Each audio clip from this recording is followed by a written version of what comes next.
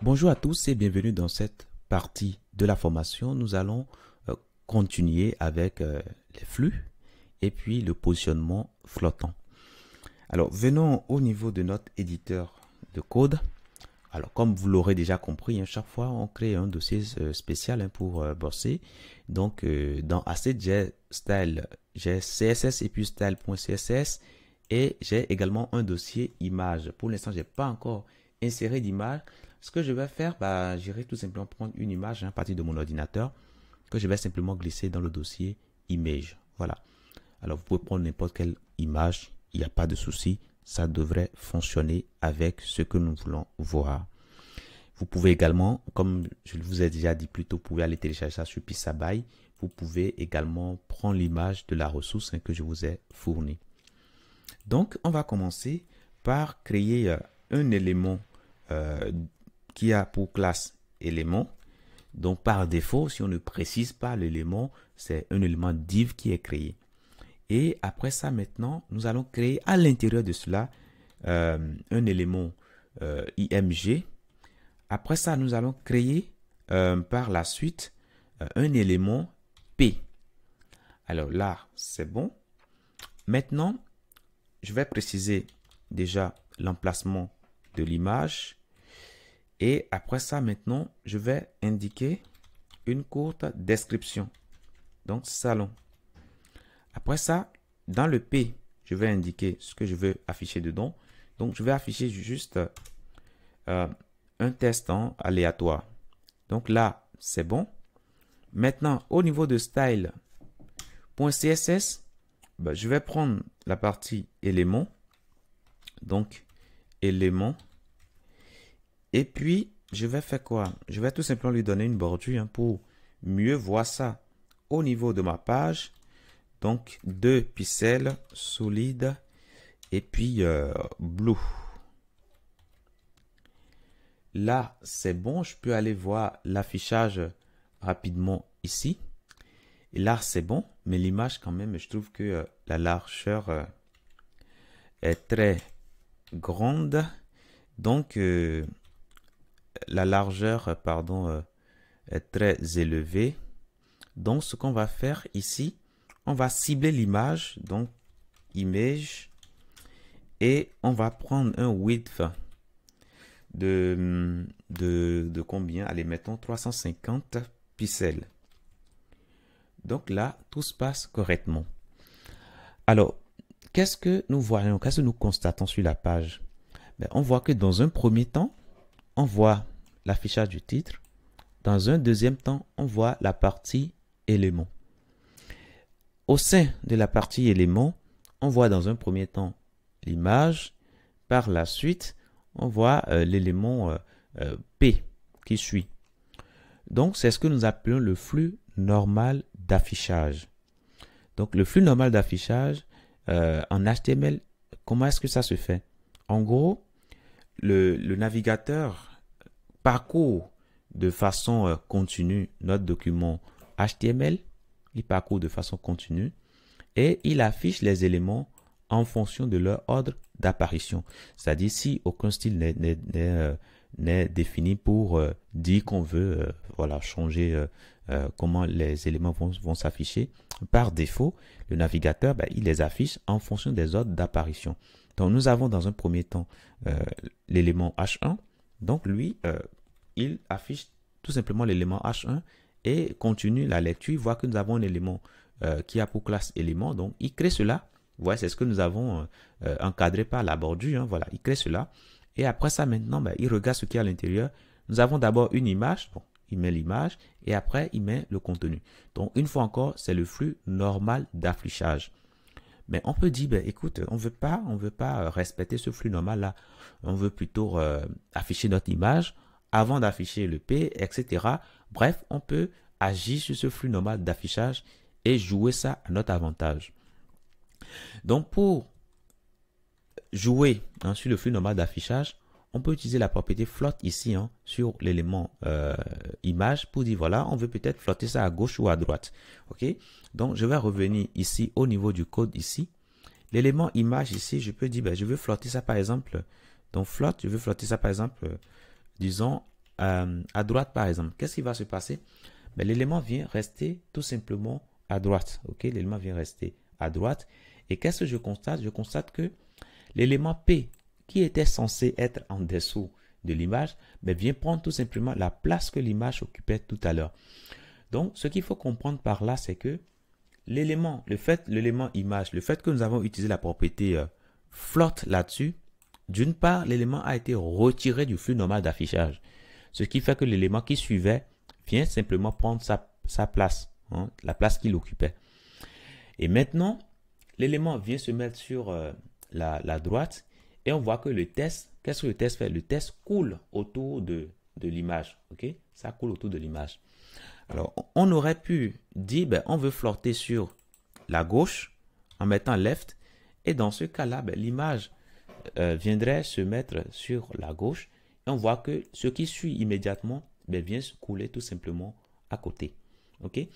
Donc, voilà comment on peut flotter un élément au sein d'une page. Maintenant, imaginez que nous voulons avoir, par exemple, un menu, par exemple, ici. Ben, on peut l'avoir. Donc, je viens au niveau de ma page ici. Et après l'image, je mets tout simplement quoi? Je mets ma balise UL, à l'intérieur LI, à l'intérieur A. Et à l'intérieur, maintenant, j'ai ici accueil. Et je peux dupliquer ceci plusieurs fois. Lorsque je viens au niveau de l'affichage, je vois que tout se passe bien. Donc, l'élément UL coule bien autour de mon image. Le P également coule. Mais comme ici, il n'y a plus suffisamment d'espace pour continuer de couler, ben, on vient maintenant sur une nouvelle ligne là, totalement en dessous de l'image. Donc, c'est de cette façon que les flottes marchent. Maintenant, imaginez que nous voulons interdire à ce que le paragraphe coule autour de l'image. On peut avoir l'envie, on peut dire, ben voilà, on ne veut pas que ça coule. Mais par contre, on veut garder ceci. On veut que ceci coule autour de l'image. Alors là, qu'est-ce qu'il faut faire? Du coup, il faudra cibler l'élément P. Hein. Il faudra cibler l'élément P. Donc, on dira quoi? On dira que ben, nous voulons prendre tout simplement élément et nous voulons prendre le P que nous avons à l'intérieur. Bon, il s'agit d'un seul P. Hein, donc, voilà, là, ça va marcher. Donc, on va utiliser la propriété clear.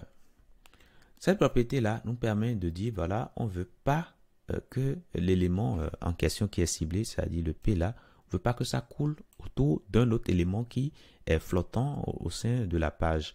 Donc, on peut mettre left ici, left, et qu'est-ce qui va se passer?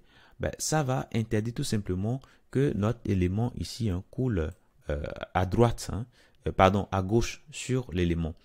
On peut mettre également right, et là, ça va interdire que l'élément coule tout simplement à droite.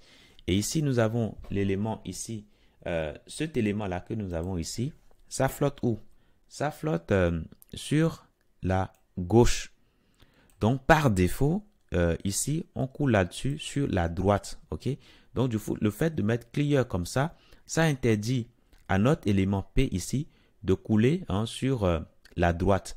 Donc, ici, la droite de notre élément P, c'est ici. Donc, ça ne coule pas sur la droite, sur l'élément. Ok? Maintenant, si on veut lui interdire de couler sur la gauche, puisque sa gauche, c'est ici. C'est la fin de l'image. Si on veut lui interdire de couler sur la gauche, ben, on mettra tout simplement left. Et dans ce cas-là, ben, ça ne va pas couler sur la gauche. Donc, si je mets left là, normalement, quand je viens ici, voilà, ça ne coule pas. Ok? Là, c'est bon, c'est bien comme ça. Maintenant, parfois, vous avez du mal à cibler l'élément que vous avez ici. Cela peut arriver. Ok? Si vous avez du mal à cibler, ben, mettez tout simplement une balise, si vous voulez.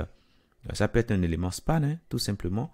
Ou plutôt, vous pouvez mettre un div, donner une classe clear, par exemple. Alors, je donne la classe clear, mais notez que vous pouvez mettre papa, vous pouvez mettre maman. Voilà. Mais il faut que ce soit un nom qui soit plus parlant, pardon. Et quand c'est parlant, vous-même, ça vous aide après à mieux comprendre votre code CSS.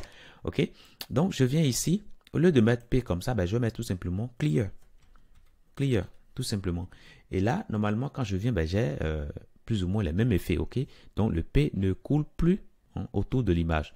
Maintenant, si demain, je veux que le menu également, je ne souhaite plus que le menu coule autour de l'image, c'est simple. J'aurais simplement à dire, écoute, ce clear que j'ai ici, je vais le déplacer en dessus de mon de mon menu. Ou bien je prends le menu simplement, je le déplace tout simplement en dessous du div.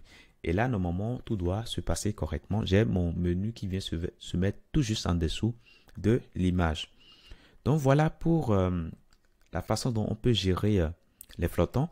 Alors ici, j'avais vu left, j'avais vu right également, mais notez également que vous pouvez utiliser both. Ok, comme ça interdit que l'élément coule à gauche ou bien à droite. Et là, lorsque vous revenez ici, vous avez également les mêmes aperçus. Alors, cette façon d'organiser son code, c'est très bien en ce sens que ça nous aide après à pouvoir mettre les éléments là où nous souhaitons. Ça nous permet d'améliorer le positionnement de nos éléments au sein de notre page.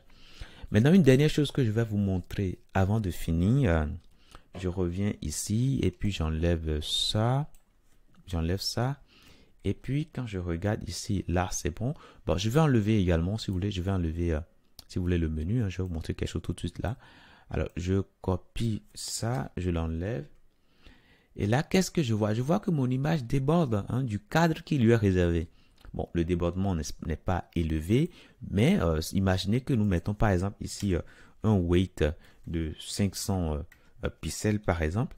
C'est là maintenant qu'on va voir vraiment, voilà, on voit que le débordement c'est assez élevé et c'est visible.